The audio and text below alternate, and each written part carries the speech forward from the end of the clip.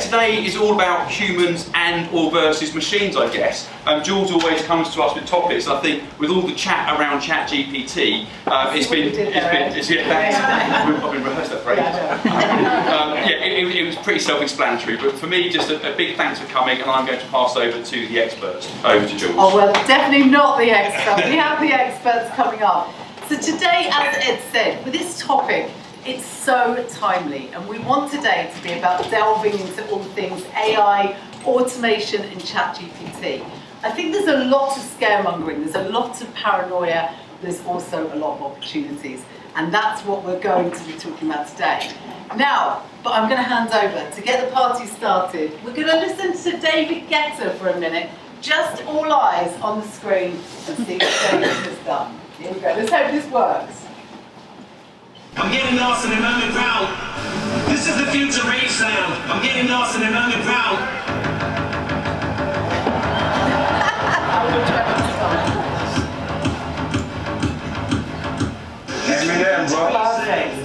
Thank you, David. I'll take it from here. Let me explain to you what David did. He typed in to ChatGPT, create a verse in the style of Eminem. He then went on to another automation platform where you can put the tone and the style of the artist in, and he matched the two. He did it for a joke, he played it in front of 40,000 people. That was insanely cool, and that was all AI. And my question to you all is really, I don't know whether that scares the shit out of you, whether you're impressed by that, whether it's making you nervous, or whether you think of it as the future. And that's what we're going to talk about today. So you'll see on your chairs, we've got the green and the red. And I want to do this twice, right now, and then having heard from two speakers and two panelists, I want to see if your opinion has changed. And we're going to take a photo of both to see if it's changed. Thank you, Camelia. So I want you to put your red card up and keep it up if you are scared, nervous about the power of the bots, the fact of automation taking over. If you have any doubts or concerns or think it's a scary shit world out there with automation, put your red card up. Don't be shy. Perfect. Now raise your green card if you see it as an opportunity, you believe in the power of bots, you think they are your friends. Perfect, right. So everybody is pretty pro automation. Let's see if your opinion changes at the end of these sessions. We have a speaking slot, a panel slot, a speaking slot, a panel slot. It's all fast-paced. I have one other thing for you to do. Listen out, see if you can identify if any of my questions have been generated by ChatGPT. And you can also feel free to generate questions for the panel using ChatGPT and see if we get caught out.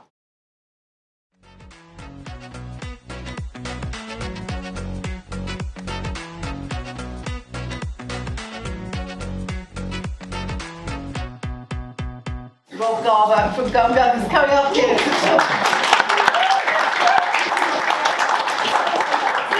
I asked Rob with saying, let's look at a bit of technology. Let's look at a strong example of who's doing it well. So contextual and attention intelligence technology, also looking at the human-like understanding. It's that perfect marriage, or is it? Rob, over to you. Take it away. Thank you very much. Good morning. I also want to say thank you very much for Spirit, the digital voice, for putting this on. A really great event, so hopefully you're going to learn a lot more. I'm going to say that I'm not an expert in AI. I'm the person who put up a red if I had one. Quite a few people at the panels actually put up reds as well. And I think I'm probably a red and a green where I can see a lot of value. I'm also concerned I have a 7-year-old daughter coming into the world, social networks, AIs and things like that kind of concerns me. So I'm both on that side.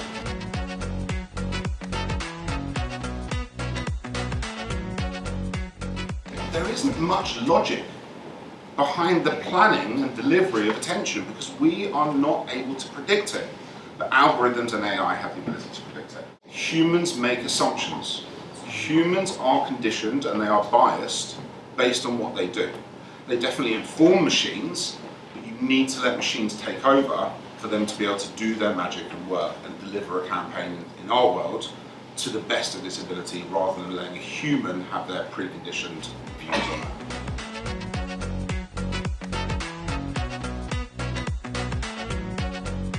You are all going to be sold AI solutions. I truly believe AI is the future. I believe that humans are developing the AI. Machines are then taking that AI from what I've shown you and then evolving it, and then humans are feeding information into that to make it better. The key point is humans are making the decisions on what machines to buy or use. If you have a company that comes to you and says, I have AI that's been built 6 months ago and it's amazing and it's accurate, they're lying. It's not. Our machine will not be 100% accurate. It's taken Gum Verity 14 years to be 97% accurate, and Playground XYZ's attention 8 years to be 96%, 94% accurate. That is what machines are all about. It takes time, so please also validate that side.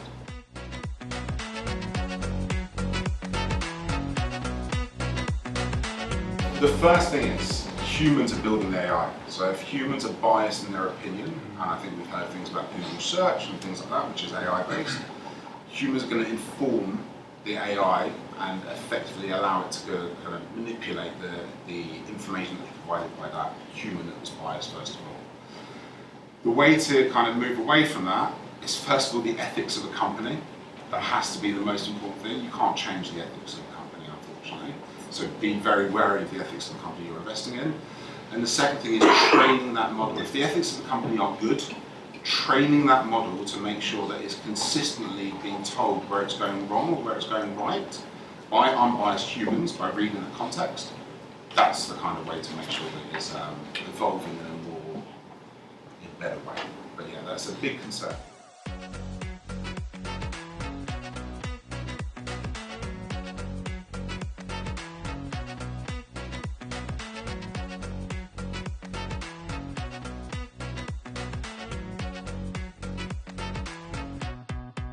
We have Jay Richards from Imagine Insights coming up. We have Charlotte Ashton from Seen This, and we also have Jonathan Harrison from 7 Stars. So come on up while I then give them a round of applause. We're going to split the panels into two. The first panel are going to be tasked with talking about what can automation AI ChatGPT do.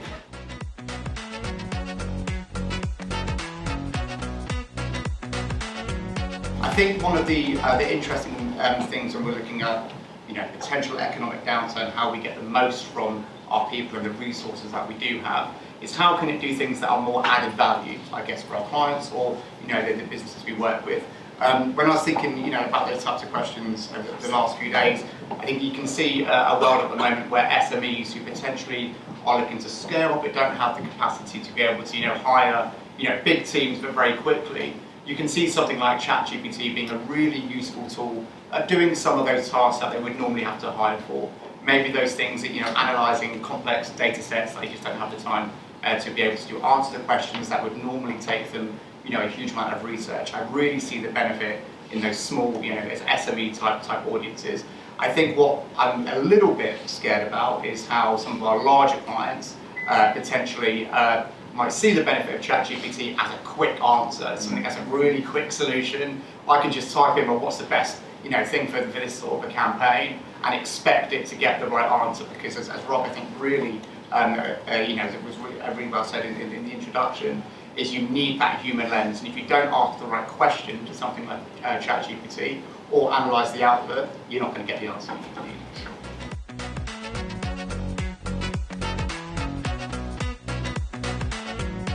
So with regards to them responding to briefs, they're not using ChatGPT to create responses, because we're asking them for their actual personal opinion, so you can't really use it for any opinions. If you keep refreshing on ChatGPT, it starts to come up with the same things again and again and again. So it's very easy for our platform to spot that.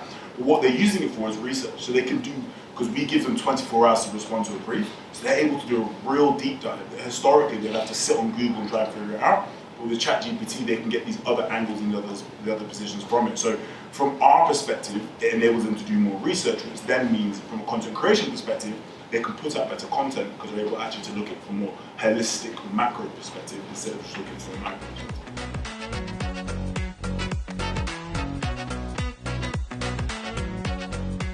It depends what you feed it in to understand. And then you start having conversations about, well, how much does that change the outcome? And I think we all have unconscious and conscious bias towards things. it could so easily go in the wrong direction because it needs a fair amount of human influence. I think around in ad tech, when we're asking it to ingest data, like numbers, there is no, like, is it this, is this my opinion on that? It's a fact, so it can learn, for instance, like, you know what, actually that was really great on dating sites, and then it can channel towards that, and that's great, there's no sort of bias, but then when you're asking for it to create content, how much are you going to touch on issues around anything? It could be race, it could be ethics, it could be gender equality. You could really go down a dangerous path so very quickly. I think this is going to go really fast, and there's nothing in place right now to keep it in check. And there's always an abuse of tech. As there's always the good side and there's always the bad side. So how fast are the likes of Google and Microsoft? Where will their ethics lie? Where will they create barriers? Because you're always going to have your mad scientists that go all the way to the end, but someone needs to rein them in, and there's never really anything that catches up fast enough with legislation. It's always been abused first. So it's going to be interesting to see how it goes. I like, in essence, automation and AI. In this scenario, I'm skeptical.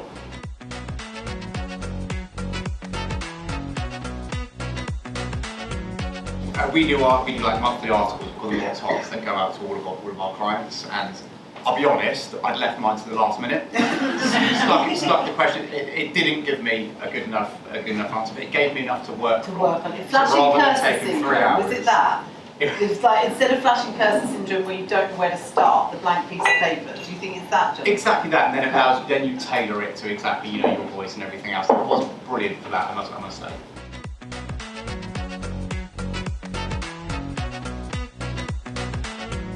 It's the same way we might use something like a DSP now. You tweak it and you pull the odd levers, but then you kind of let it do what it's good at. And I think it will be the same with this, depending on what scenario you're using it for. Like generating a question, obviously you'll tailor it and it will start to learn that it needs to be half the length or whatever. But it's sometimes in the creative space as well, like with the David Guetta song, it might be like there's a certain beat in there that just really does not work, an undertone, whatever it may be. And it's always going to need just a little shift from a human. So I would say, I think it's going to be more of like almost like a generalised, broader knowledge of when and how to pull the odd levers here and there as well.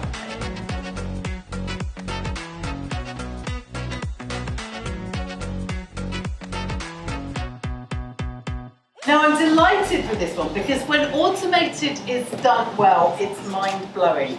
And the name gives it away because Amy Wright is Head of Strategy at Automated Creative. And we know, and I think there's nobody better placed to talk about how automated can be done well. Amy, over to you. Hi everyone, thank you for having me today. I'm the Head of Strategy for Automated Creative. We're going to get a bit weird, so starting off. This is what AI thinks healthcare professionals look like. Right.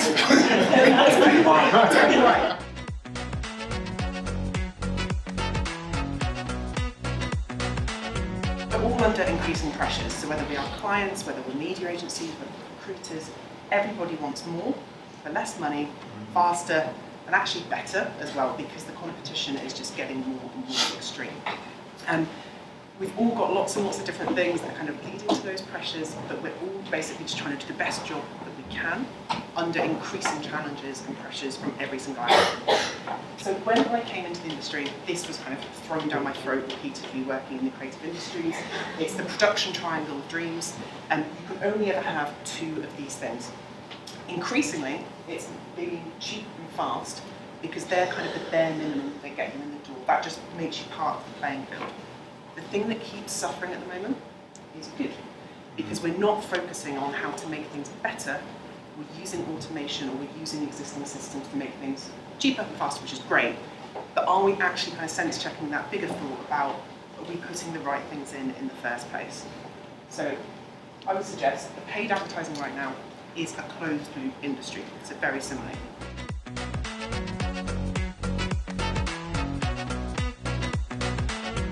Don't use automation to kind of make those broken models and make those broken systems faster, you're just going to amplify them. Automation at its heart just amplifies something that already exists. It doesn't change a system, it just does it better and quicker, typically. Aviation is really conscious about recording all types of data, not just in crash scenarios, but everything that they do gets recorded and it gets analysed and insights are drawn from that.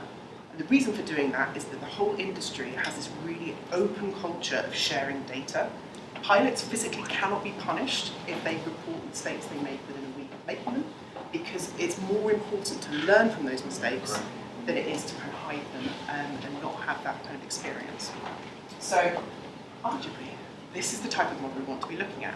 How are we using data and tech to fundamentally transform our industry as a whole and look at things a lot more critically and also share that data back and learn and get better from it. So introducing AZ, Automated Creative. This is what we do.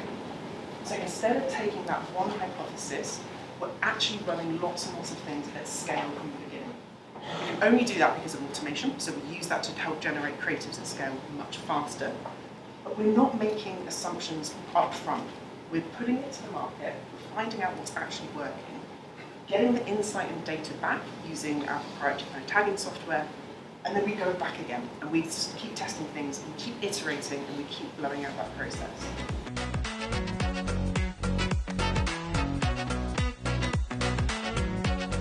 I think it's a theme that we're seeing across the day-to-day, that it's humans paired with machines that tend to relate to the best results.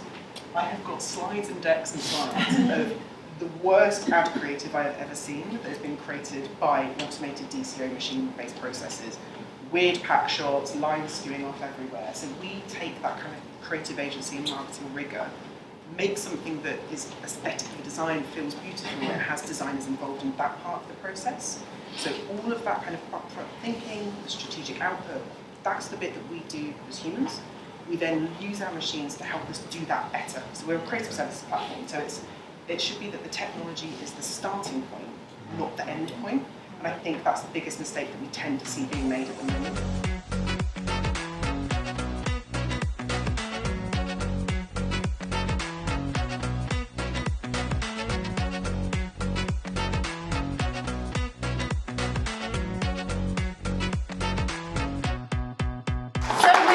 About what it can do, we've talked about the opportunities.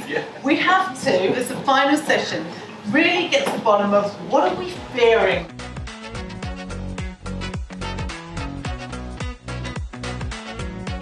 I think there's a huge amount of opportunity for it to, give us that base, but I think, we have to be careful, right? Because there's already, lots of fake news and all of that kind of going around. And it does influence people. So I think there is a responsibility when we're talking about news and publishing and what you're putting out there to make sure and to audit and to look at what we're actually creating and how that's influencing people. It's not real time, is it? It's not real time data to kind of form that opinion. And I think obviously when you're looking at real time news and you're keeping up with a news story as we do, when big topics hit the press, I think it's really important that it is real time, so we get the real facts, and it's not facts that are obviously generating themselves over time. I think that's a big differentiator, is that a human reporter that goes to, a scene can report there and then what's happening, whereas obviously with AI, take an opinion or what's been seen and then regenerate. So I think real time is actually quite important. Dangerous at times, I agree, and obviously the same with AI, but I think that's obviously a key differentiator. I think for publishing, if you've got to have a platform which takes real-time news, makes a TLDR, and has like a TLDR feed, like a Blinkist, but for publishers.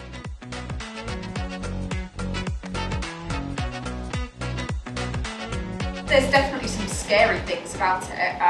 One thing that, this is just from the consumer level, one thing that scared me was the things kind of been mentioned earlier about women's body image.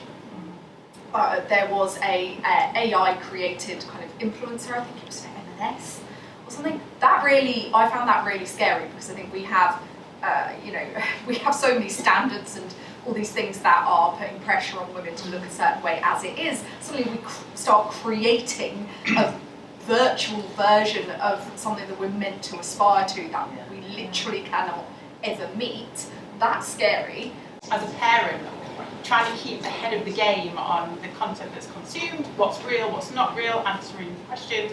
I think that worries me in terms of just being able to monitor it, and control it.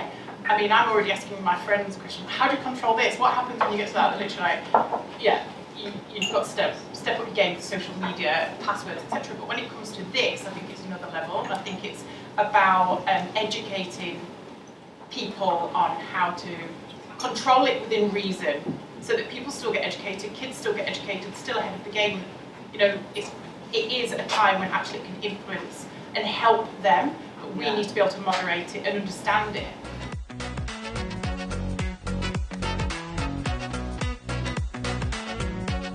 Read about what AI actually means. Yeah. It's artificial intelligence. Intelligence just means to understand and respond to something, right? That's what it means.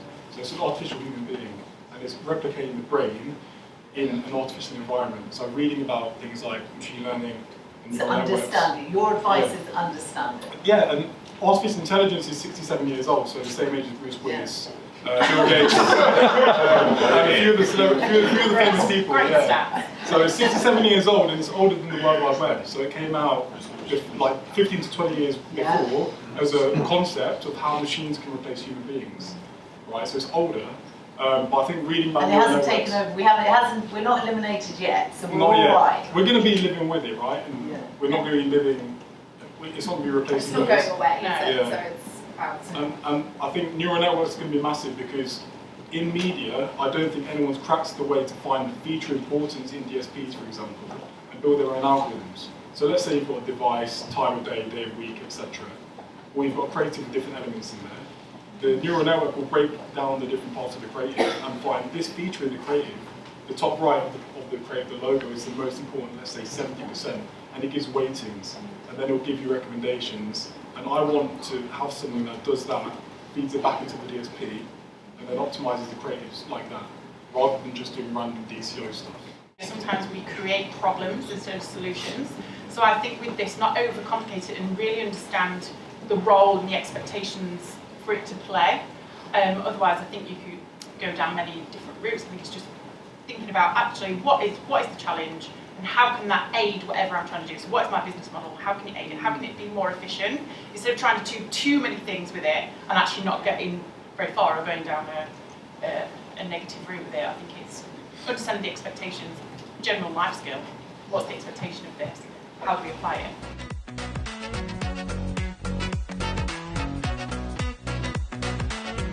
I want to just finish with this again, because I just want to see if there's been any change. So please hold up your red if you're still not convinced that this is a good thing for us, this is something to be feared. Please hold up your green if you're all good, you're all in, AI, automation, ChatGPT, all the way. Please hold up.